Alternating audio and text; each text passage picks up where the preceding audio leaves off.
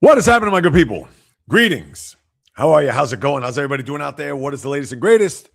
Hope everybody's doing well, feeling fantastic and excellent spirits here on a Wednesday, March the 25th, and a very special one indeed. Why? It's because baseball is back. This is the 2026 MLB Preview, which I will unpack, unfold, uncover here over the next hour, hour and a half, 2 hours, however long you want me, you got me, and I can't wait to detail it all because opening day in baseball is unlike any other sport. NFL doesn't have that for sure. Basketball, although maybe in recent years, because you think about that first Tuesday night, that doubleheader, but still doesn't have the same fervor, feel, nothing even close to that. And hockey certainly not the same.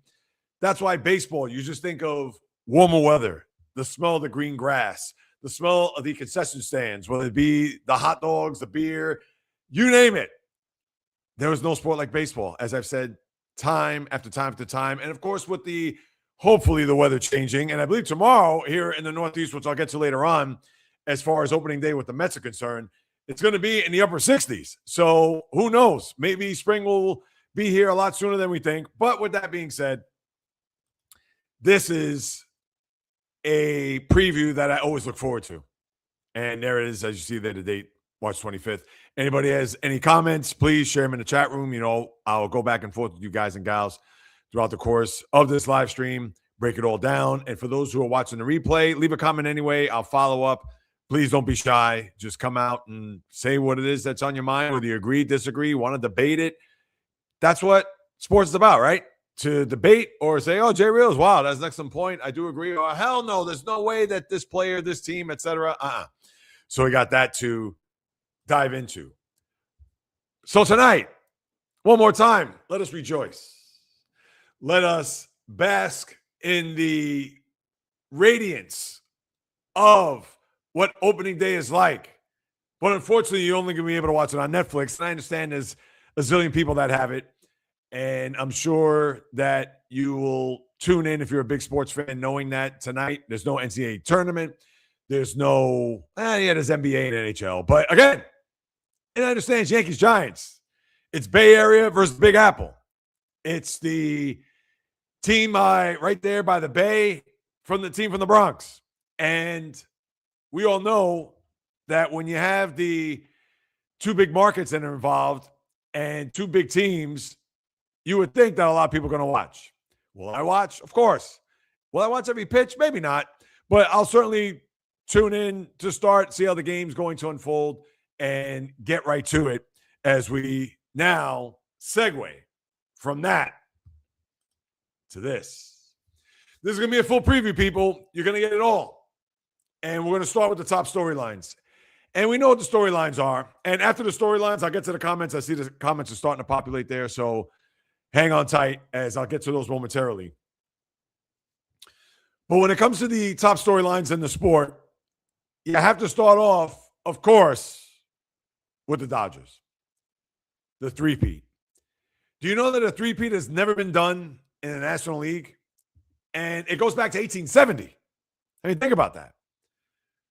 So for this Dodger team that now has Kyle Tucker in their outfield, that now has a closer in a one Edwin Diaz. No, you're not going to see Roki Sasaki come in there and try to close games as you saw him in the postseason. You may see Tanner Scott at some point. But with that being said, that is going to be, and what other storyline is there when you're going to start off with what's going to transpire here throughout this Major League Baseball season?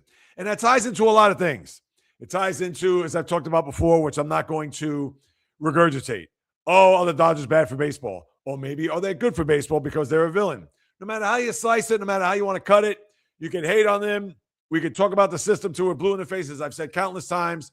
And yes, there is a CBA, which, you know, it ties into this.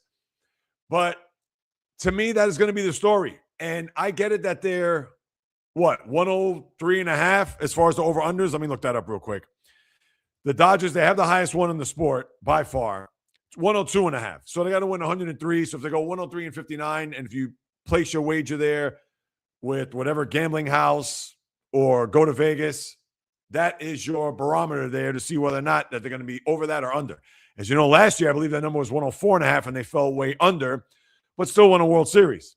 Where, if you recall, the 1 year, what did they do? They won 111 games, and they didn't even get to a championship series. So when you look at the Dodgers here, will they three-peat? Are they going to three-peat? Obviously, we got to wait to see what happens. I know we teased last year at this time how they're going to go 162-0, and they actually started the year 8-0. But even with the two new players in tow, the aforementioned Tucker and Diaz, the pedigree that they have, Shohei Ohtani, of course, the monster that he is at the top of the lineup and in the rotation. And let's face it, the only thing that he's missing on his resume is a Cy Young award. He's got all the MVPs. All right, he doesn't have a World Series MVP, which who knows? That could probably happen this year. But I'm sure he's going to be gunning for that as much as he possibly can. The competitive nature that's in him. And this team on a whole, how could you not bet against them? It's tough. But there is a flip side to that.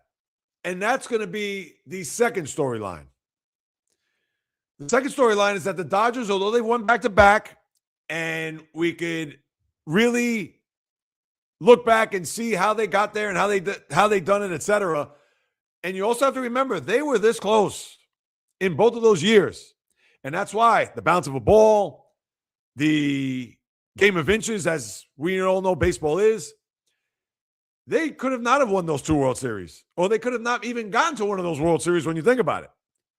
When you look at 2024, when the Padres had them on the ropes to the point where in a Game 4, the bullpen of the Dodgers had to bail them out because they didn't have a starting pitcher. They had to use a bullpen game. And in that Game 4, where Mookie Betts led off the game with a home run, and he went on to win 8-0 before bringing it back to Dodger Stadium and winning that game 2-0 on two solo homers by, I believe it was the Hernandez. It was Teoscar and Kike who got the home runs in those games. And they advanced, move on to play the Mets, and then we saw what happened after that. Winning a World Series against the Yankees, winning in 5, beat the Mets in 6, and there you go. And we know what happened last year, down 3-2, got the double play to win Game 6, and then in Game 7, we know how that unfolded, where they were that close from losing, considering they were down 3-0 and 4-1, and they had to get a Miguel Rojas, of all people, to hit a game-tying home run in the 9th inning with 1 out off of just a 3-2 slider? Really? You couldn't throw a fastball to see if Rojas hits it out of the ballpark? All right, fine. You hang a slider. I'm sure myself, Bio, Val, J-Rod, everybody who's a part of this live stream, they could have hit the ball out of the ballpark. So that's the thing. We can talk about, it's the Dodgers, Dodgers, Dodger Blue, LA, three-peat, etc. And yes, 1,000% absolutely positively. But there are 29 other teams. Well, let's face it, there are about 5 or 6 other teams that could beat them. And we're going to have to wait till October. That's the thing. That's the beauty of the sport. I get it's a marathon. You got to go through, when you put it in perspective, you're going to have the Final Four before you even get to April. Or once you get into April, you got the Final Four. You're going to have that. Well, let's even say the Sweet 16. You're going to start with the Sweet 16, and you're going to get to probably what? Week 7 of the NFL season before it's all said and done, and then everything that's in between, whether it's the Masters, all the golf tournaments when you think about it, the rest of the tennis season with the French Open, Wimbledon, and the U.S. Open. You have the NFL draft. You have the NBA and Stanley Cup playoffs. I mean, you got a zillion things that are going to go on between now and then. And think about this. When the baseball season concludes, the NBA and NHL seasons will have begun. That's how long the season is. So I understand it's a slog. You got to wait till you get to October to see how this is all going to shake down and how it's going to unfold, etc. But let's be real. We know the Dodgers are going to be there. They're going to make the playoffs. It's a matter of what other team is going to step up in order for them to dethrone the two-time defending champs and get to a point where, think about it, in 2024 they were that close, and in 2025 they were that close from not even getting to a World Series or even winning a World Series. So just because the Dodgers and all their dominance and their payroll and their stars, etc., there are no guarantees. In the immortal words, that's why they play the games. But for the Dodgers, before I move on, it's a thing where are they going to coast? Are they just going to get bored? Are they going to get tired? Is a 5-game losing streak in August going to mean that the sky's falling? I mean, even if they start dropping like flies in the rotation, as we've seen, Tyler Glasnow, he'll be gone for 3 months. Same for Blake Snell. I'm sure Yamamoto is going to have a stint on the IL. Who knows about Roki Sasaki? Yeah, we get it. They probably will match, maybe even surpass 102.5. But would you be shocked if they win 94, 95? Last year, they were a 3 seed in the NL and still won the whole thing, albeit by this much. But again, it's not about March through late September. It's all about October. And we have plenty of time to chew on how that's all going to unfold as the season begins for them tomorrow. Now, the other storyline that I have is, got to bring it up. It's going to be in and out of the clouds throughout the course of the year. It's not going to be a situation where it's going to be day to day. But we all know we could be ecstatic about tonight, opening day, and really technically, if you want to say officially, opening day tomorrow and heading into the weekend and how the first weekend is going to shake down, etc. But there is a lockout forthcoming. And we can talk about the Dodgers, again, being a big part of that. Not that they're doing anything wrong. They're playing by the rules. But we all know that if the Dodgers do three-peat, and let's say they do it in convincing fashion, that CBA is going to be just over everybody's heads. Not just Major League Baseball, but the sports fan. And that's all you're going to hear about, which is not necessarily a good thing. For some, it could be because it's like, oh, it keeps baseball relevant. It keeps them in the news. But we know that this is going to be Armageddon. And I understand that tonight you're not going to think about the CBA. Tomorrow when the Mets and the Pirates play on NBC, I'm not going to be thinking about the CBA. When you get to Memorial Day and you kind of see where the first juncture of the season, where you can look at and say, all right, this is how the season is shaping up, you're not going to think about the CBA, the All-Star break, Labor Day, obviously when the season concludes. We'll be thinking about it when you get to a World Series when, who knows, whether it's the Dodgers or anybody else, when they're up 3-1 or 3-2, when you're thinking, oh, geez, this could be the last baseball game that we may see until God knows when. You're not going to think about it. But guess what? When you look off to the right and you see a storm brewing, and it may not be coming right at you, but you can see it. And that storm is December 1st. And I understand there may not be a lot of discussion between now and then as far as a collective bargaining agreement that's going to be between the players, union, and that's Bruce Meyer, the interim, and Rob Manfred and the owners there on the other side. I get it. Nobody's going to think about it, but that storm is there, and that storm is coming. And that's why you got to enjoy this baseball season now, because we're going to be in for it. And I get it. It's not going to get talked about much. Maybe a discussion or two will crop up in the middle of the year. Who knows if Rob Manfred's going to come out and say, no, we're going to negotiate when the season's over. Let's just enjoy the baseball season now, which, all right, I don't think that's too smart on their part, but okay.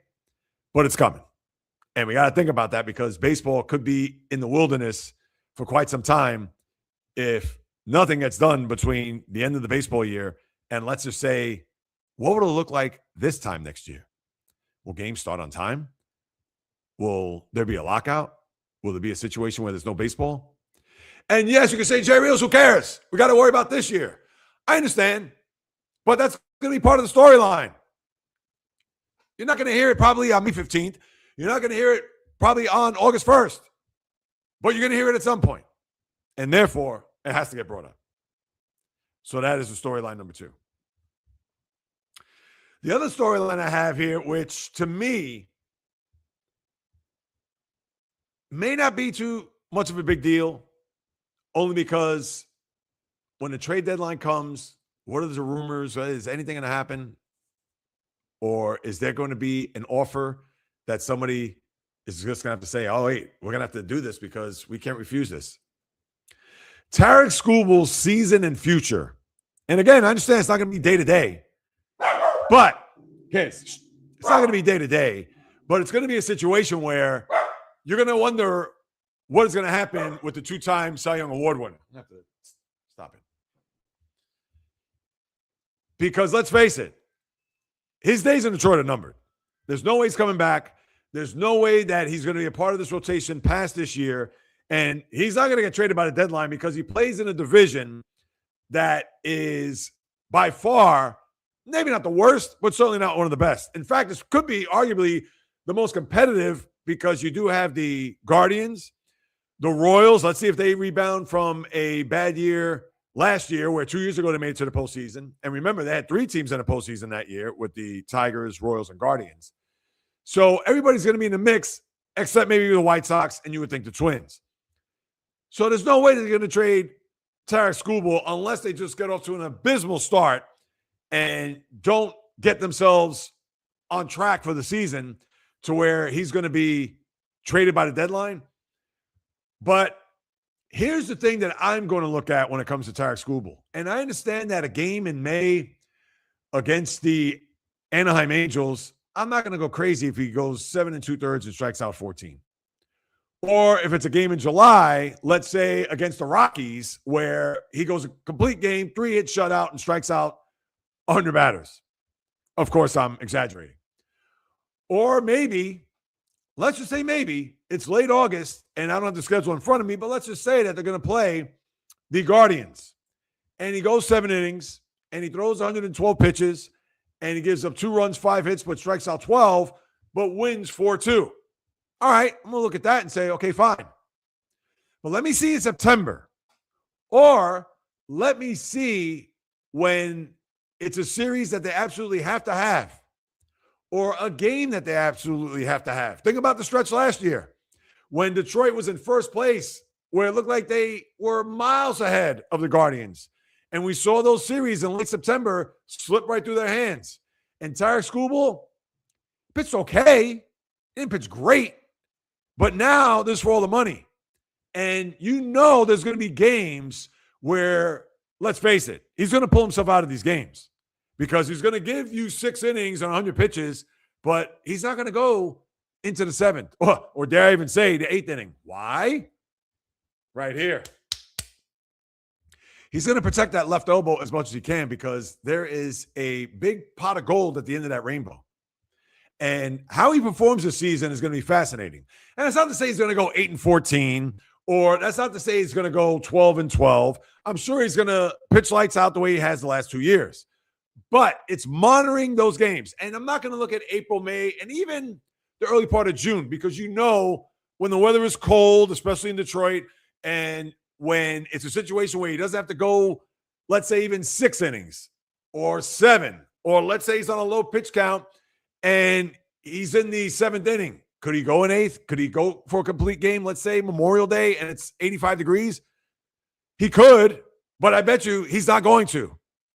So this is something I'm going to keep in mind, and maybe you guys and gals will do the same too, because with him, it's all about trying to get that big payday. And remember, I talk about it all the time, that Game 5 in Seattle, where he took himself out of that game, 99 pitches, the last one being a 101-mile-an-hour fastball to strike out Kyle Raleigh. But no, my work is done. Is he going to have that mentality this year, knowing that he's got a big payday? I don't want that type of guy on my team. And even more so, what if the Tigers go into the playoffs? And what if he has a performance where he's lights out like he did against the Mariners, but I'm giving you 6 innings? If I'm AJ Hinch, I'm saying no. You're pitching until I say, or if I see you starting to unravel. That's why his story is fascinating because, yes, he's been dominant the last 2 years, winning back-to-back Cy Young Awards. Yes, he's on a team that, in all likelihood, is going to go to the postseason. He plays in a division which they're going to beat up on the White Sox and the Twins 26 times this year. So, yeah, to me, if I'm the Tiger front office and the manager, we're all in. That means you too, Tarek Skubal. There are no pitch counts. I understand early on the weather, etc. But once we get into the teeth of the season, late June, July, August, September, and into October, no. Unless you're on 117 pitches and in the sixth inning, then all right, I can see that. But if it's 99, you go into the seventh inning, it's a game 5 to go to a ALCS, or dare I even say a World Series, they better not even think. I don't care how much power Scott Boras has. He's pitching until his arm falls off. That's it. Because if he's going to be the one that's going to run the, I hate to use this word, but run the asylum, then baseball has a bigger problem in its hands when it comes to the CBA. The next, and after this last one, I'll get to the comments. It's fascinating because this baseball season is not a ton of storylines. There really isn't, in my eyes. Because we could talk about all these teams. We could talk about, Seattle. They were literally, 9 outs away from going to a World Series, the first time ever in their franchise's history. All right, but is that, are the Mariners that big of a story this year? Are the Yankees that big of a story this year after what happened last year? No, not really. And obviously, I'm going to break down the divisions. I'll get into all that. I'm talking about storylines. I'm talking about ones that you can sink your teeth into. That's why Scooble, to me, is fascinating. That's why the Dodgers, obviously, three-peat. I mean, anybody, I'm sure every station, podcast, you name it, they're going the same angle. And rightfully so. Because we haven't seen a three-peat in 26 years. And obviously, no National League team has ever done that. And, of course, the CBA, it's like the jokes write themselves. That story's going to write itself. And that, again, not going to be part of the day-to-day discussion, but it's there. It's looming. And there are plenty of other many storylines or just things that you could, all right, yeah, I can look at the Tigers and see what they're going to do. Obviously, we talked about Scooble, but they have this kid that's coming up, this infielder, Kevin McGonigal, who's going to make the team. And obviously, the Tigers are going to need some offense. Not to say that's all on this kid's shoulders, but he's going to add to that lineup. And yes, are the Braves going to bounce back? Or we can talk about all that. But there are not that many juicy storylines. But there is one last one before I get to your comments. And I hate to bring it up because it happens to be about my team. The Mets right now, if there's one team that is facing the most pressure in baseball, it's them. Because, yeah, you could say the Yankees, you could say the Phillies, because they're an older team. They have not gone back to World Series since 2022. They've regressed since then. Yeah, and you could say that. But the Mets are worse. Why? David Stearns made a complete wholesale change to this lineup, the rotation, etc. And because they didn't make the postseason last year, after bringing in Juan Soto, and with the revamped lineup that they have, which includes a right fielder that is going to make his debut tomorrow night in a one Carson Bench. And I'm not going to say too much because I want to preview them a little bit when I go through the breakdown of the divisions.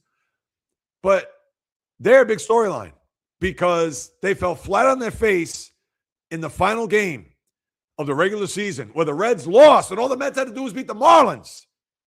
And they got shut out. And I believe, on the top of my head, I can't even recall right now, but I believe they only had one hit in the game. So now, David Stearns, bye-bye Pete Alonso, bye-bye Edwin Diaz, although they try to keep him. Bye-bye Brandon Nimmo, bye-bye Jeff McNeil. All right, so now you open up the windows, you get the bad air out and the good air in. Bo Bichette, Luis Robert, Freddie Peralta, who's going to toe the rubber there tomorrow, opening day. The rookie Carson Bench, Soto goes to left field. Jorge Polanco at first. Here we go. Whole new team, whole new outlook. Can't blame it on the players unless they have a bad year. I get it, but this is on David Stearns. Because if they don't make the playoffs this year, as bad as last year was, what do you say then? That's why they're an intriguing story this year. If they made the playoffs last year, and let's say even if they lost in a wild card round to the Dodgers, all right, there's still a lot of pressure, expectations, etc. But you know what? They made the playoffs by the hairs of their chinny chin chin. And obviously they did not. And because they did not, makes this season, with everything that had transpired in this offseason, with all of the roster moves, with everything that just engulfed the fan base, the front office, etc. Wanted to get Kyle Tucker. That didn't work. They could bring in Bo Bichette. Oh, we want to change our defensive metrics. That's why we didn't bring Pete Alonso back. All right, so we're going to put Jorge Polanco there. All right, it doesn't make much sense. He's never played first base. Bo Bichette's never played third base. Okay. So you tell me if the Mets are on a big story going into this year. So those are my storylines. Let's check the comments, and I'll get into everything else. Let's see. After my comments, Val B, of course. Val keeping up with the likes. Yes. It's Giants, Matt Chapman, 60 degrees. Watching this garbage. What is wrong with me? Watching this garbage. Oh, hey. You can take it on your phone if you want. I know, you're joking. I appreciate you. You know that, J-Rod, big time. 100%. Yeah, I know. Sharks are, I don't know what to tell you there, Val. They're hurting. Fishing Angel. Yes, and my apologies yesterday. Let me segue real quick to this. I promise I'll be 60 seconds. My 31 days of live streaming, I was at an event yesterday, creator event. I actually got the last, I don't know, whatever it was, 5 minutes of it before I walked out. And I had to send a text to my wife. That's why the screen went black. Because when I came back, I was actually going into the subway, and Val said he was able to see and hear me. But I understand that, Jay, Fishing Angel, you weren't able to see or hear me. So therefore, the live was kaput. And by the time I got out of the subway and it was dark, and yeah, you see me doing these live streams in the car. If it's daylight, that's one thing. Nighttime, I can't do that. I mean, to me, I'm just asking for trouble. I'm asking for trouble driving in daytime while trying to look on the phone or get to a light and read comments and stuff. But imagine in the dark. So my apologies for those who tried to tap in last night. So that won't happen here over the last 6 days. And obviously, we're on a live stream today. You'll have the double dip tomorrow with the podcast pregame, followed by the podcast at 11 a.m., podcast pregame 9:45, as you know, Eastern time for those who don't know and are new to the channel, new to the live streams. So with that being said, as I move along here, J-Rod, may I ask, what am I supposed to hang on to, sir? Oh, wait, what did I say earlier? Hang on.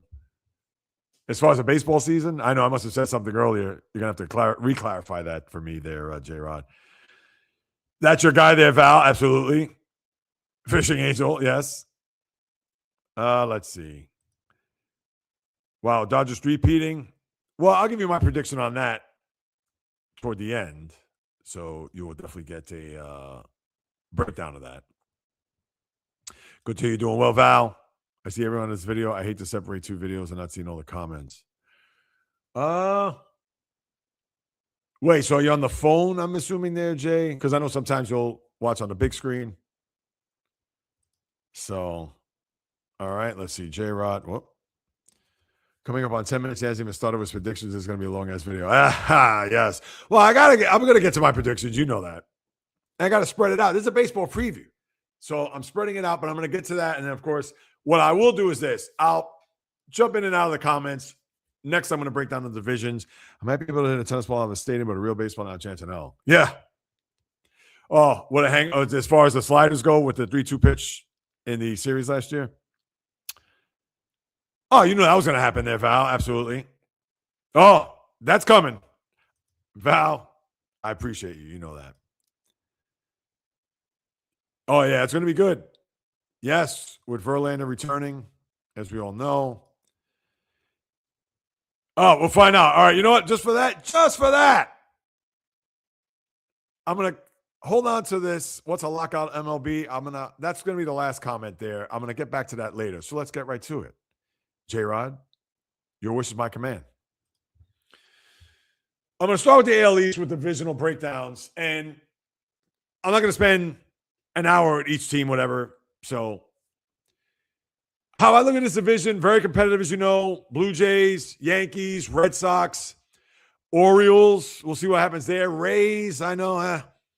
With the Blue Jays, Dylan Cease, I didn't love that signing, but I still think they're going to be good. Even with Bo Bichette out, they brought in the third baseman from Japan. A lot of people think he could be the Rookie of the Year.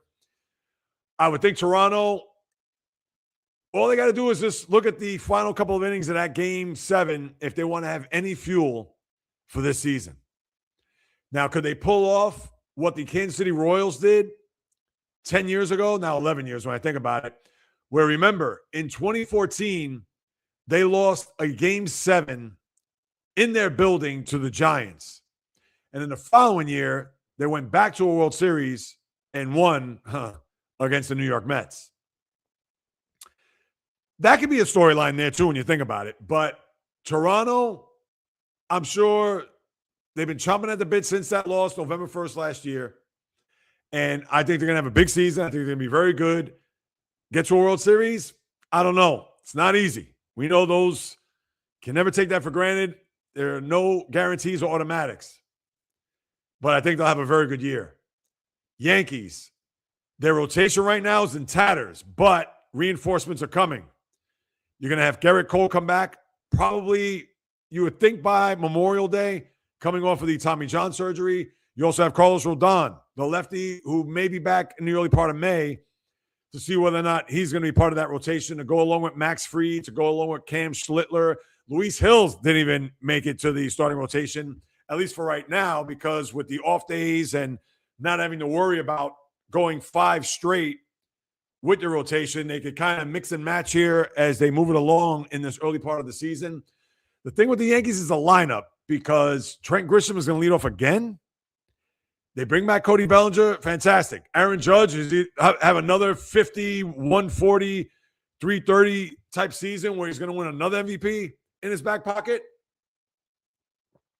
Obviously, health is going to be big for him because I believe next month he turns 34. Not getting any younger. And think about it. As dominant as great as he's been, he's not going to get any better. Let's call it as we see it. So, but I think the Yankees are going to have a big year also. I think, could they get to a World Series? They could. Will they? That remains to be seen. That's why you got to keep on listening. Red Sox, I love their rotation. They bring in Sonny Gray in a trade from the Cardinals. They also bring in the kid from the Pirates, Johan Oviedo, who's going to be very good. And they also signed Ranger Suarez, the former Philly lefty. Their bullpen, Garrett Whitlock, Aroldis Chapman, could he even duplicate what he did last year? If he did, the Red Sox, they're going to have a big year. Their offense, you may not love it. Yes, Roman Anthony in the middle of that lineup. If he's healthy, he's going to be a beast. You have Trevor Story, a veteran hitter. You have guys, a lot of young players that are in the lineup, mixed with old. Jaron Duran, of course, in the outfield. Ceddanne Rafaela. They have, a very solid team, which is bolstered by their rotation and bullpen. And with their manager, Alex Cora, is one of the best in the business. Yeah, I think they could make the playoffs and go far this year. World Series remains to be seen. Orioles, after an abysmal year last year, Pete Alonso in the mix. They also bring in Tyler O'Neill. The trade there with the Angels, where Grayson Rodriguez goes west. And they also signed Chris Bassett from Toronto, who I think is a very good pitcher. And their rotation is looking a little bit better than it did a year ago. Could there be some improvements there in Baltimore, especially with Alonso? Could he hit 40 home runs in his sleep, especially in Camden Yards? Probably will. But in a ultra uber competitive division, how that's going to shake down for them remains to be seen. And then you have the Rays, who very resourceful. Kevin Cash, Junior Caminero, the leader of that team. You would think with his 45 home runs. Imagine if Wander Franco wasn't involved with teenage girls. Have those two guys in a lineup, I'm sure, be a much better team than they are now. And with the Rays going back into the Trop, who knows? They could win anywhere between 80 to 85 games, even in that division. But are they going to do that? I don't think so. The AL Central, as I talked about, Tigers, I think they're the class of that division. I understand the Guardians overtook them late, but for everything I've talked about, with Skubal, Valdez comes into the mix, who knows his way around postseason play. Justin Verlander, you would think for his final year, and I'm sure whatever he's going to give them is going to be a plus as he closes out his career. And the lineup, as I mentioned, that kid Kevin McGonigal, who they're expecting big things from, to go along with the Riley Greens of the world and Spencer Torkelsons and the Javi Baez. And their lineup is decent, but it's not overpowering. But in that division, you don't have to be overpowering because there's not a lot of big-time offensive players. Yes, in Cleveland, you do have Jose Ramirez, who is a perennial MVP candidate. But again, they can win a division at 87, 89, maybe even 91. So it's not as if they're playing in the AL East, as I just talked about. And I expect the Tigers to also have a big year as well. As far as the Guardians, they're the team that you don't expect to do well. Like, how are they doing this? Smoke and mirrors, just like you saw last year. At one point, they were what? I believe they were like 15 and a half games back. Oh, maybe that's too much. I think they were 12 and a half back, and they won a division. I understand the Tigers came crashing back to earth, and you kind of wonder how they do it, besides Jose Ramirez, besides Stephen Kwan, and even their rotation, which people think, oh, yeah, Shane Bieber. No, he's in Toronto. Oh, wait a minute. What happened to Tristan McKenzie? Yeah, whatever happened to him? And, yes, I know you have the Tanner Bibees of the world that don't really strike fear into anybody, but they still do have a pretty good bullpen. I understand Noah Manuel Clase and Luis Ortiz, as they're right now on the shelf waiting to find their fate when it comes to the gambling scandal of last year. But they always seem to find a way. And it helps that they play in a division where it's winnable. So that's why I can't count them out as well. The intriguing team in this division is the Royals, because the Royals, I understand that Seth Lugo is not a guy that's going to jump off the page as far as a starting pitcher, but he is very good. Cole Reagans, who's coming back from injury, lefty, you would think he's going to have a bounce-back year. And that lineup that's led by Bobby Witt Jr. and even guys like Vinny Pasquantino, I think I said his name right, first baseman, and, of course, the aging but venerable Salvador Perez, they do have the makings of a good team. And you can't forget Jock. I know I'm going to butcher his name too. Is it Castiglione? I got to make sure. No, I want to make sure I get this right, because you know me with these names. Oh, no. Caglianone or Caglianone, however you want to pronounce it. Good young player there on the Royals. I mean, they had the makings of a good team, and they made the playoffs 2 years ago, but are they going to be a team that gets out of the gate slow? Are they going to be a team that is going to come flying out of the gate and be at the top or near the top of that division? I don't know. They do have the talent, and I know the manager, Matt Quartero, who in his first year was great, but second year, all right. Now we're going to have to wait and see whether or not this Royal team is going to bounce back to 2024 form, or will it just be a continuation of last year into this year? And then you have the White Sox. Now, the White Sox have some good young players, but they have no pitching. And what can you expect out of them? Just more growth, another year for them to get smacked around, and then you can only hope that by the time you get to next year, if there is baseball, and beyond, okay, fine. Now you have a situation where maybe the White Sox could kind of get themselves back into respectability, not only just in baseball, but let's start with the AL Central. Then you have the Twins, which they're also going to have a long year too, so you think, because they lose one of their key pieces in their rotation, and one Pablo Lopez. Byron Buxton, at some point he's going to get hurt. I hate to say that. Not wishing that he gets hurt, but he's always on the injured list. And Joe Ryan, you would think he's going to be a guy that I'm sure is going to be dangled at the trade deadline to get a bunch of pieces back. And the Twins look like they're going to have a long year there in Minnesota. As far as the AL West goes, it's the Mariners. I'm sure, just like we saw with the Blue Jays, the bad taste in their mouth, the way they ended their season, I'm sure the people in the Pacific Northwest feel the same way, including that ball club. And how I look at it is they make a trade for Brendan Donovan from the Cardinals, which was very shrewd on their part. We know that their pitching is stacked. I'm not in love with their bullpen. I know the kid Bizzardo, who gave up the 3-run homer to George Springer there in the Game 7 of the ALCS. Live arm, but And Andres Munoz, good closer, but is he going to be a championship closer? The lineup you like with Raleigh, with Rodriguez, Eden Donovan. You have your mainstays there, your J.P. Crawfords of the world and guys like that. So, yes, we would think that they're going to put forth a big year there in Seattle. As far as the rest of the division, Houston, I mean, this team's a shell of his old self. I understand you still have Jose Altuve there, Carlos Correa in his second go-around, Jeremy Pena, who's always in and out of the lineup. Their rotation is going to be led by Hunter Brown, which a lot of people think he could be a Cy Young Award winner this year. But after that, Lance McCullers, who's had a million elbow injuries, and guys like that, I mean, the Kristen Javier's of the world, good pitchers, but can they stay healthy? I mean, that's all what it boils down to. And even Yordan Alvarez, how can I forget him? He was unable to stay healthy all last year. Maybe they'll mash, maybe they'll be involved, but I don't know. I don't see it. This isn't your uncle's Astros team of 2017 or even 4 years ago when they last won a World Series.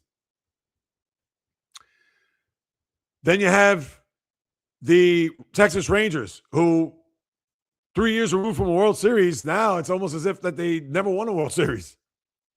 And they do have good pitching with the likes of Nathan Eovaldi, Jacob deGrom, as you know. And their lineup, and listen, the Wyatt Langfords of the world, you're certainly going to like him. He's the guy that you would think is the face of that offense. But remember, they do not have Marcus Semien, who was in the trade. What is Brandon Nimmo going to bring?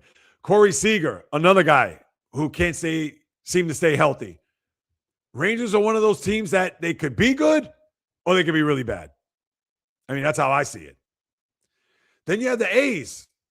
The A's almost looking like the Bash Brothers of the 80s and 90s.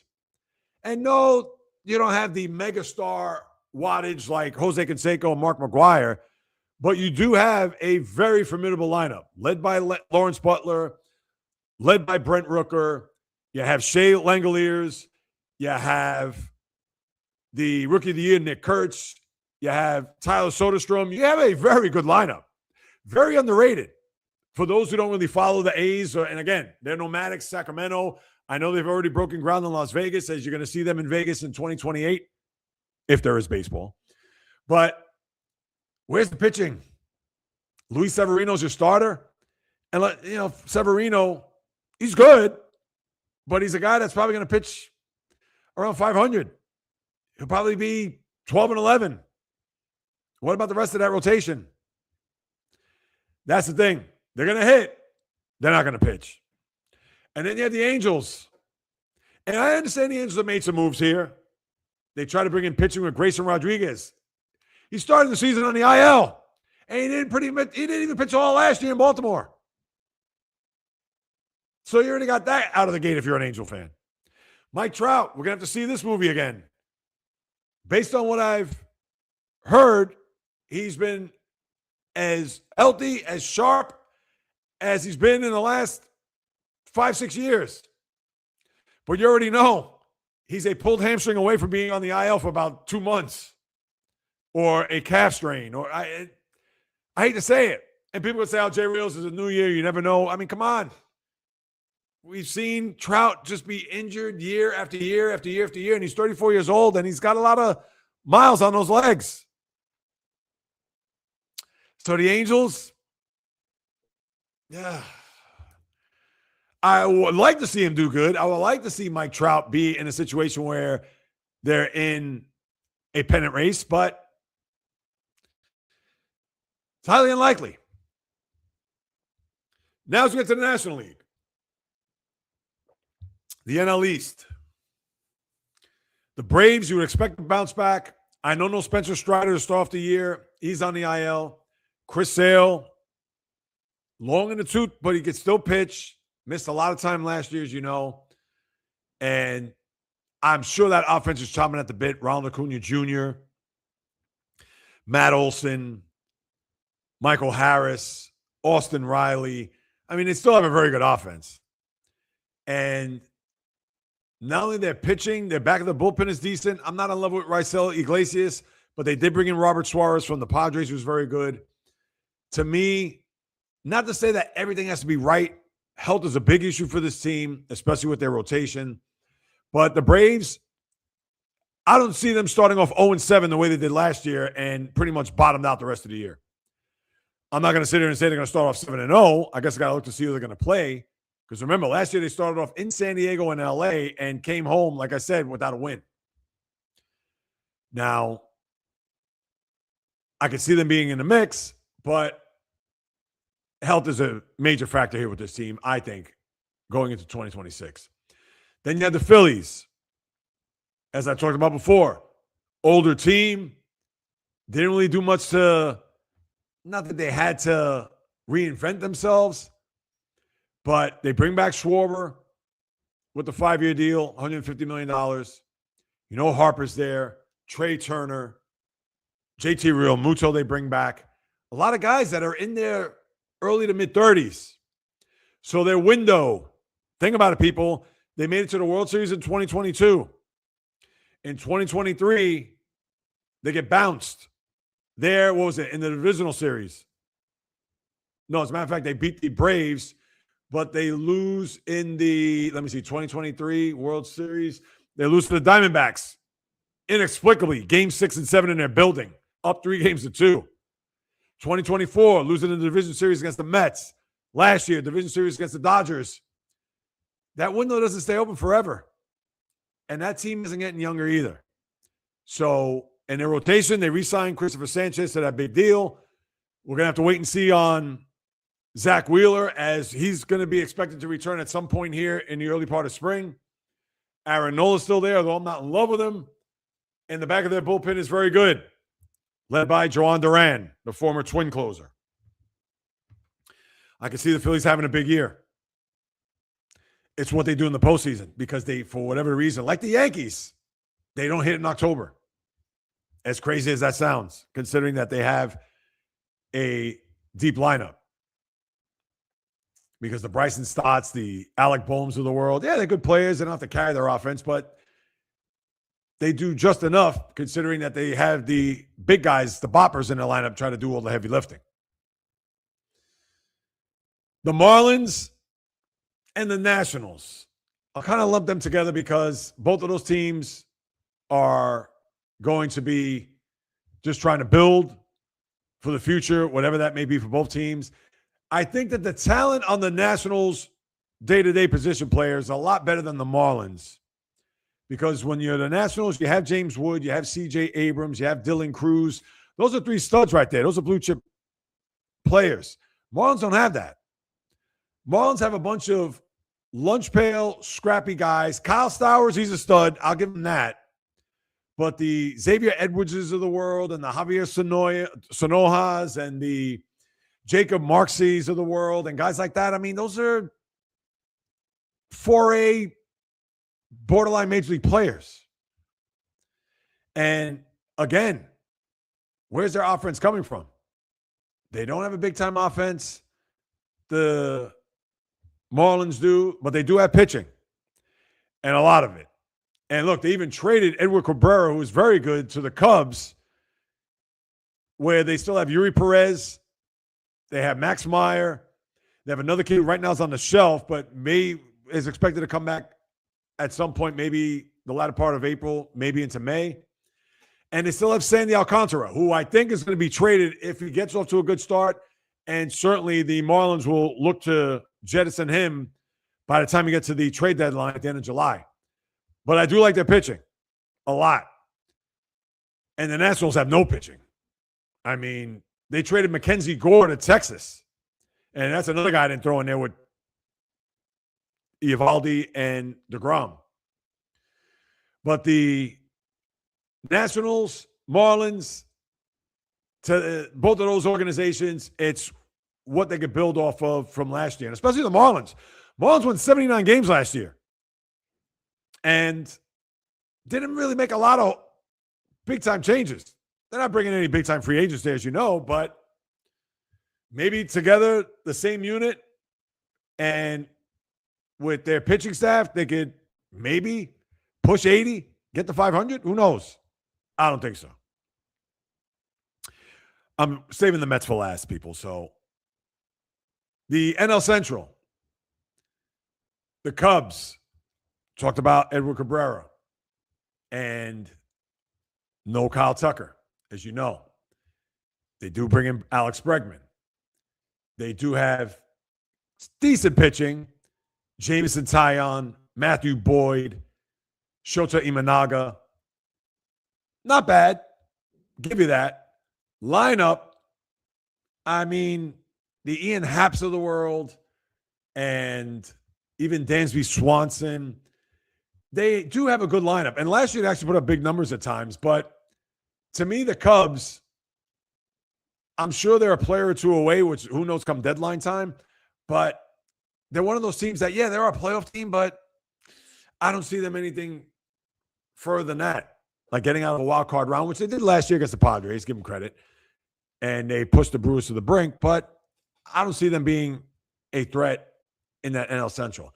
And then you have the Brewers, where we all know 97 wins, most wins in the sport when you think about it. But we saw what happened to them in the postseason as they literally got beat down by the Dodgers. And how I look at the Brewers, they pretty much have the same team. I get it that they don't have a lot of resources. They're going to make do with whatever it is that they have as far as their talent goes, because it's not as if they have a lineup that jumps off the page. It's not as if they have a rotation that jumps off the page as well. But they are a team that buys in under their manager, Pat Murphy. And even though he's long in the tooth, Christian Yelich, but he is still a guy that can be dangerous at times. And Jackson Chourio, again, is a young star. But because of the division that they play in, they're going to be competitive, and they probably will compete and maybe even win a division. Yes, even over the Cubs, and even over the Reds for that matter. And the Reds, who made the postseason, they backed in thanks to the Marlins. But with Terry Francona there at the helm, and I know that he's always going to pull a rabbit out of his hat, and he's going to really need to do so in the first half because he's not going to have his stud pitcher Hunter Green there until July because of bone spurs in his elbow. But they still have other good pitchers on their team, the Nick Lodolos of the world and the Andrew Abbotts, and their offense is going to be led by their star, Ellie De La Cruz, who is dynamic, flashy, etc., but he's going to have to cut down, if he can, on his strikeouts. His plate discipline, needs to be improved. But the Reds, again, they're not another team that's going to jump at you and be like, ooh, we got to watch out for them. You have the Pirates, who I think, if you're a Pirate fan, the turnaround has to be this year. And I say that because they made some moves. All right, not crazy. They didn't go big game hunting. But you bring in a guy like Marcell Ozuna, who's a professional bat. You bring in he was in Baltimore. He went to San Diego. Ryan O'Hearn, who also decent stick. You have Paul Skeens at the top of that rotation. You already know. And you're hoping that Jared Jones comes back at some point here, I would think middle of the season. You also have Bubba Chandler. That's an arm that a lot of people are going to look at him. That's going to be a stud. And I don't even know if he made the team. That's why I'm going to double check now when I think of this guy who is, I understand, had a low batting average. But the name Connor Griffin, that guy is going to be a stud. And I don't know if he made the team. Let me pull that up real quick. Because if you're going to have a guy like Griffin there to go along with the Brian Reynolds of the world and old Neil Cruz, and to try to lengthen that lineup, and I understand that could be a player that's going to have growing pains. And we know he has immense power, but his average is what it was, as you'd expect. And no, he did get sent down. That being Connor Griffin.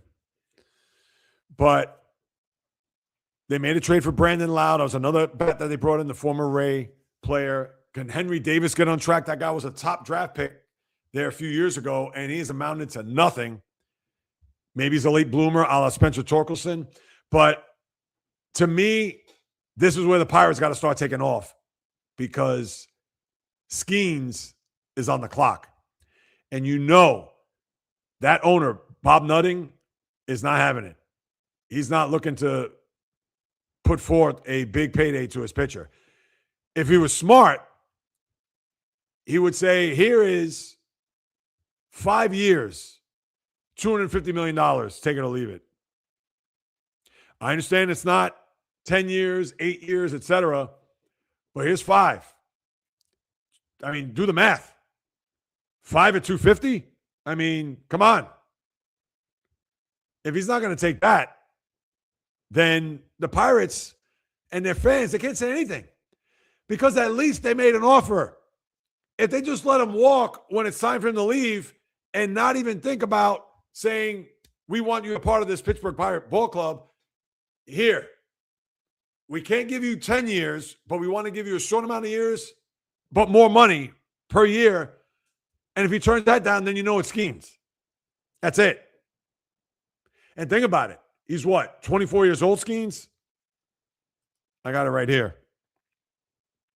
Yeah, he'll be 24 on May 29th. So if you give him 5 years now, and you don't have to worry about him going anywhere, at 29, he'll be able to re-up elsewhere and get, well, who knows how the CBA is going to be at that time, but to get that, let's just say, 7 or 8 year deal at 29.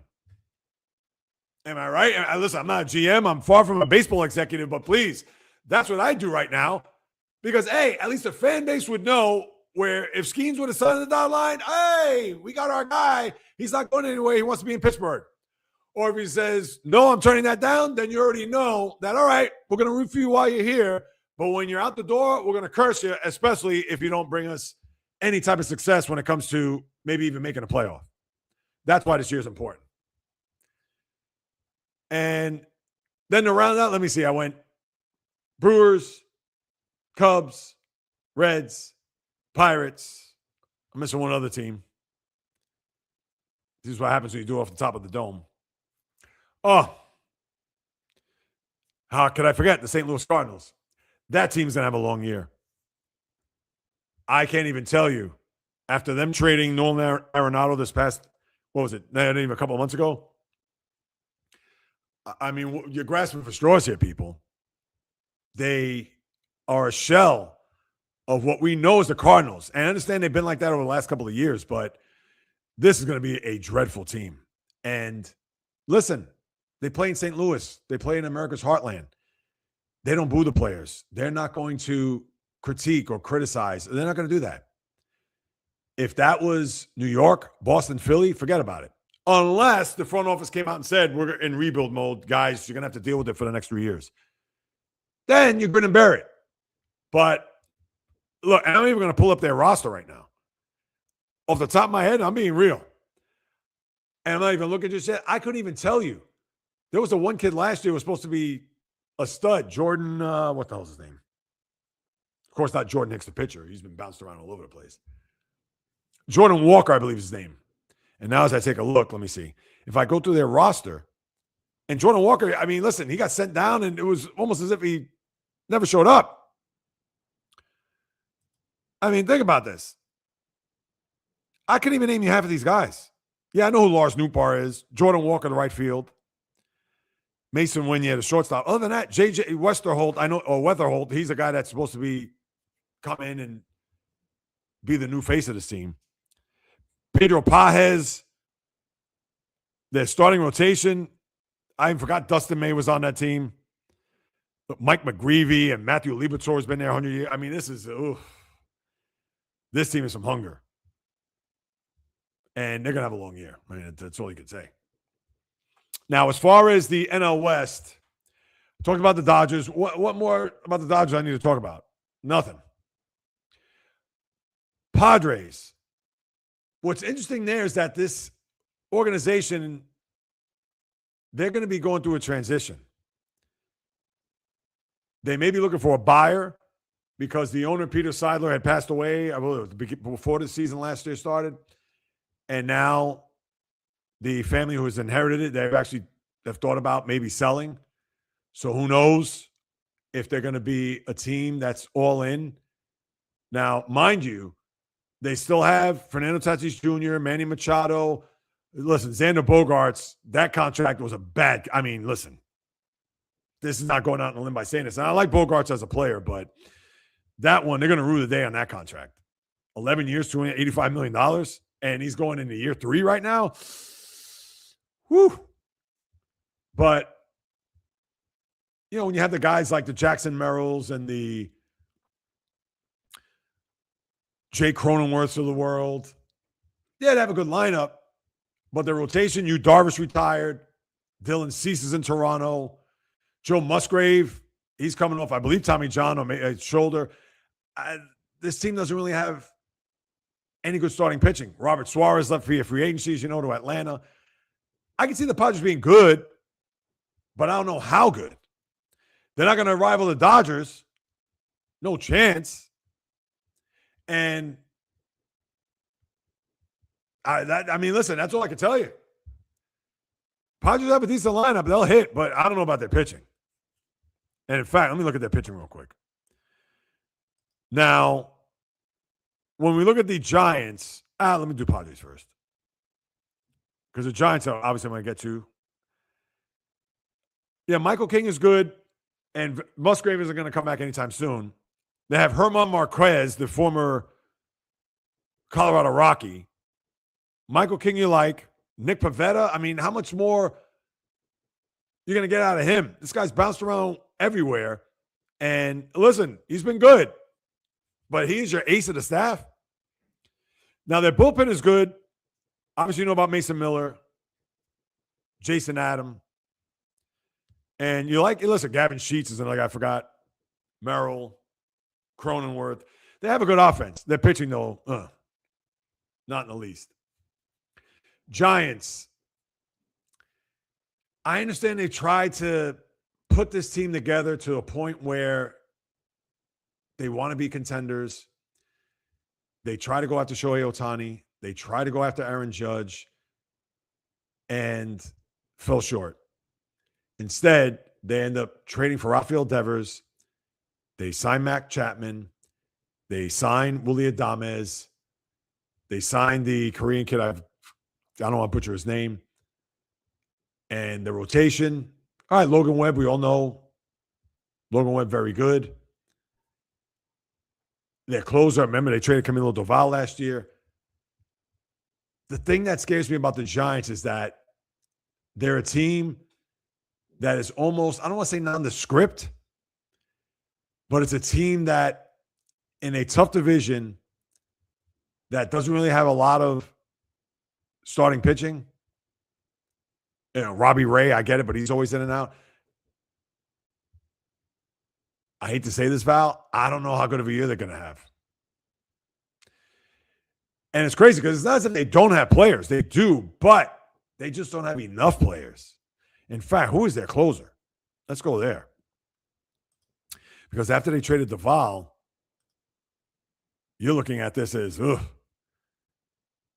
Look, and he's on the Ryan Walker. Yeah, Joel Peguero is their yeah, because after Webb and Robbie Ray, I mean, you got, listen, Adrian Hauser, Landon Roop, Tyler Mahle. I mean, Jose Buto, former Met. And, yeah, Patrick Bailey's decent. Jung-Hoo Lee, that's who it was. I don't see it. And, yeah, that bullpen. Listen, bullpens, you know, from one year to the next, I get it, but still. Do I even talk about? Well, I'll save them last. Arizona, this is a team that you would think that would bounce back. I know that last year was a rough one for them. Remember, they were in the thick of things 2 years ago, and they lost on the last day of the season. The year before that, went to a World Series. Last year, certainly bottomed out. The rotation is good. Their offense, Christian Walker, and their offense doesn't. Corbin Carroll, Ketel Marte was very good. They have some offensive players, and their pitching is good. But again, are they enough to be a playoff team? They may hang around the playoff chase in the National League, but I don't see it. And you know what? I shouldn't say I don't see it like that to be just that astute. Oh, I don't see it. But Arizona, I can't say they did it with smoke and mirrors in 2023 because they did beat the Dodgers. They actually swept the Dodgers along the way. And beat the Phillies, as we talked about, in the NLCS. But yeah, I could see this team getting off to a good start, and I could see them being in the mix and then just fade, similar to what they did last year. Cheers, H2O. But Arizona's going to be one of those middling teams. They're either going to be hanging around and then fall out or just not be a part of it at all. And then there's Colorado. Funny I saved them for last because Colorado lost 119 games last year. And they have a team that, as I said before, you can't pick out of a lineup. Yeah, maybe no Chris Bryant, but even he can't stay healthy. And Ezekiel Tovar, I get it. People know him if you've watched the WBC. And we understand that to be a starting pitcher in Colorado, it's and Colorado, they're going to have another shot to try to break the White Sox 121 loss record that they had 2 years ago. And what more can I say about Colorado? There isn't anything else. They're just going to be not bad. They're going to be putrid. All right, I see all the comments there. I'm going to get to the comments momentarily, but I want to get through the rest of it and even my World Series prediction, and I'll get to all the comments. We'll banter back and forth, and then I'll land this sucker as smooth as I possibly can. I appreciate everybody that's jumped on board today. Thank you so much. Surprises and disappointments in Major League Baseball. And I pick one from each league. My surprises. In the American League, I'm going to go with the Orioles because last year they made 2 years, or really 3 years before, they won a division and got swept in the playoffs. 2024, wild card, swept in the playoffs. Last year, did not make the playoffs. And with Pete Alonso there, Chris Bassett, and some changes that they made there in their lineup, I think they're going to be pretty good. Are they going to make the playoffs? I think they could. And I believe Dean Kramer, one of their starters, is going to be on the IL to start the year. All right, you live with it. But I think the Orioles are going to have a good year, solid. And I could see them, to me, they're almost similar to the Arizona Diamondbacks because they're a team that could hang around, probably, and may hang around. But will they be able to punch their ticket to October, or are they going to be a team by the time you get to the early part of September and you see them in the wild card race now, 4.5 back, 5.5 back, and then that's it. They just pull the Homer Simpson where they just go right into the bushes. So, but I think they'll have their lineup is stacked with O'Neill, with Alonso. Adley Rutschman needs to bounce back in the worst way. Gunnar Henderson, Jackson Holliday, Jordan Westberg. I mean, they have a good young lineup. And anchoring that is Alonso, who obviously knows his way around the sport with all the home runs that he's hit and prodigious power. So I could see them being a surprise. And in the National League, and I'm not trying to say this team is going to make the playoffs or be a playoff team, but I think they may surprise people. And I can only hope that for the baseball fan, you, me, and everyone else, that maybe, just maybe, in the middle of August, they're within 3 back of the wild card, maybe even 3 back of the division, and that's the Pittsburgh Pirates. I think they're going to be a surprise. I think Skeens, coming off of a Cy Young, let's see if they bring up Connor Griffin at any point this year. They have some veteran leadership in that locker room. Maybe O'Neill Cruz is ready for a breakout year. Now, again, I'm not trying to say they're going to win 82 games or anything north of that. But listen, the Marlins won 79 last year. But the Pirates have more talent and they have a stud pitcher. And they play in a weak division. Come on. They can't win anywhere between 78 and 82 games. So that's my surprise pick. Those are my surprise picks. My disappointments. Did I even bring up the graphic? Bad job by Jay Reels. All right, there's your graphic. All right. Disappointments, as I'll pivot in a minute. I hate to say this, but Val, I love you to pieces. I truly do. But I think the Giants, I don't know if they're going to click this year. Now, who knows? Maybe be a reverse jinx. I say that, and then they have a big year, and they make me look stupid. But there's just something about the Giants and what they, remember, a first-year manager from college to navigate Major League Baseball players through 162. And we understand that this is going to be a collaborative effort from the front office, the analytics team, and the manager. He's not going to be pushing all the right buttons. They're going to be the ones telling him to push those buttons. So, and there's going to be growing pains, big time. That combination scares me, despite the fact that there's talent on the ball club. And when I saw that number in Vegas, I was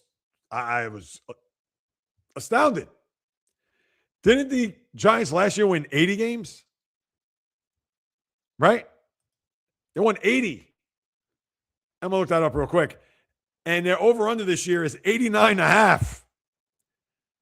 Wait, did Madison Bumgarner circa 2012 walk through that door? Did Buster Posey, the MVP in 2012, is he walking through that door? Brandon Crawford? Hunter Pence? Marco Scudero? Are they walking through that door? Because I don't see it. 2025 Giants. And, of course, it gives you the football Giants, but that's all right. Oh, no. I was off by a game. They were 500 last year. But they're 89.5 this year. I don't see it. I just don't. Despite me liking the talent. And Val, I know you'd be like, oh, Jay Reels, come on. Right now, I'm sure in the comments you're saying, Jay Reels now, for all the nice things that I've said. And listen, Val, it's not personal. You know anything and everything I say when it comes to sports is nothing personal. In fact, Yankees-Giants tonight, pom-poms are out for the black and orange because you already know there's no way I'd even remotely think I'm going to root for the Yankees.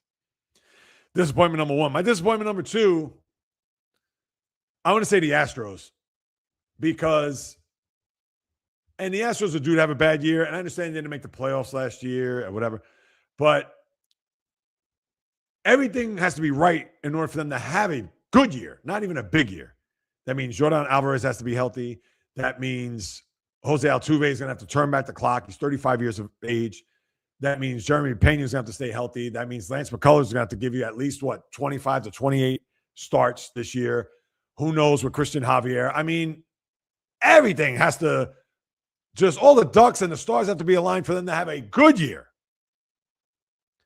But because of their track record, because of their pedigree, people are going to think that. And the West, which I get, it's the Mariners, but all right, they could beat up on the Angels, maybe beat up on that A's pitching.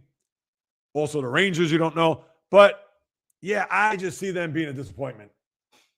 Who knows? Maybe they could end up winning, for them, a 75 and 87 season is disappointing.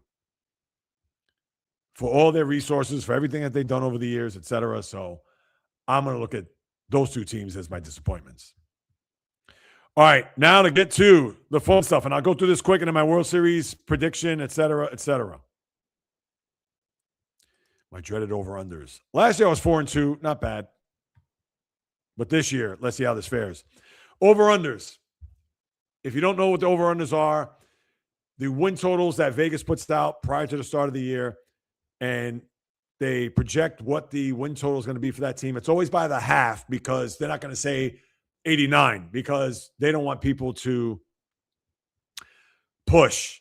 They want it to be a thing where they want to go over under. So that means if a team is 89.5, they're going to have to win 90 if you pick the over in order for them to win, or if you pick them as an under.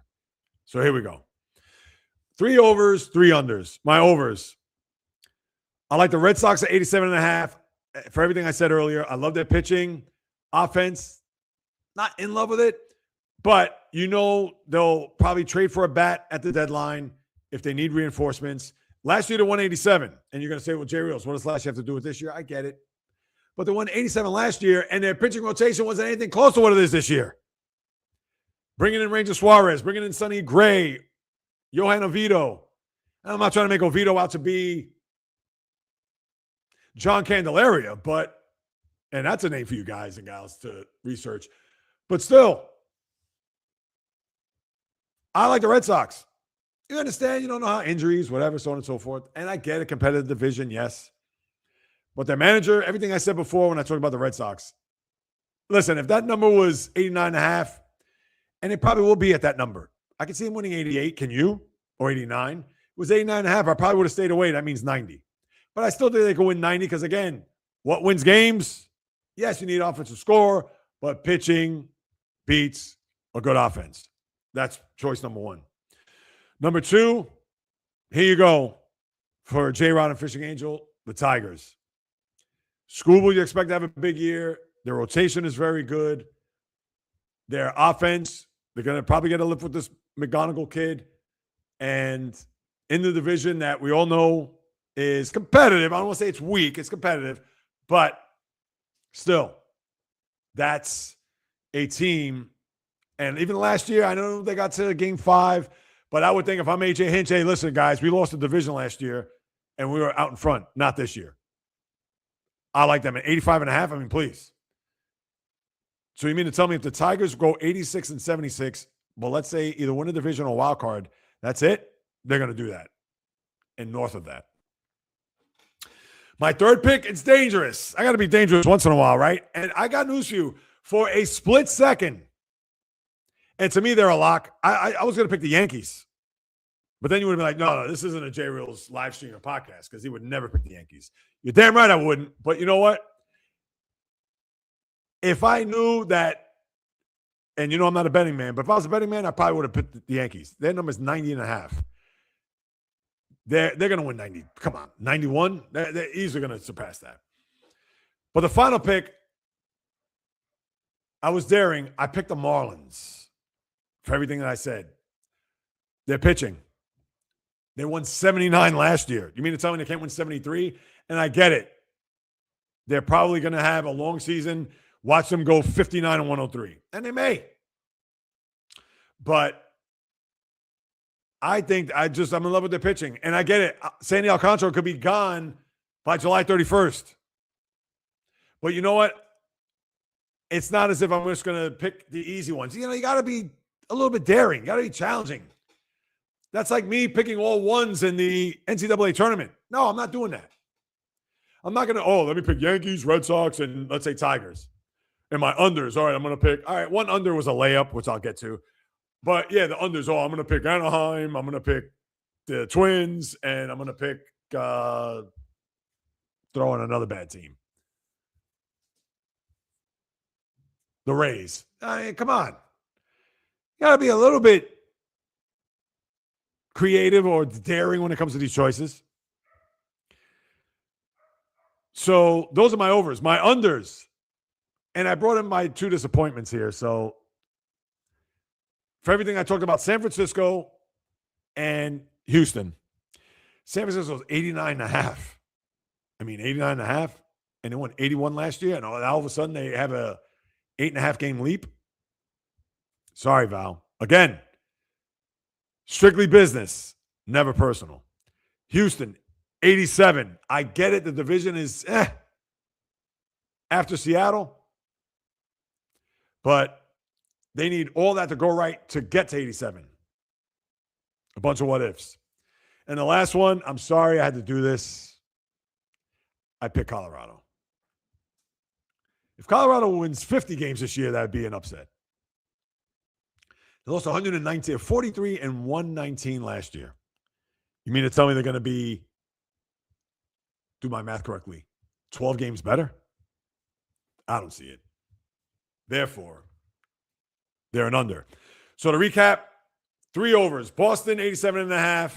Tigers, 85.5. Miami, 72.5. That was their number.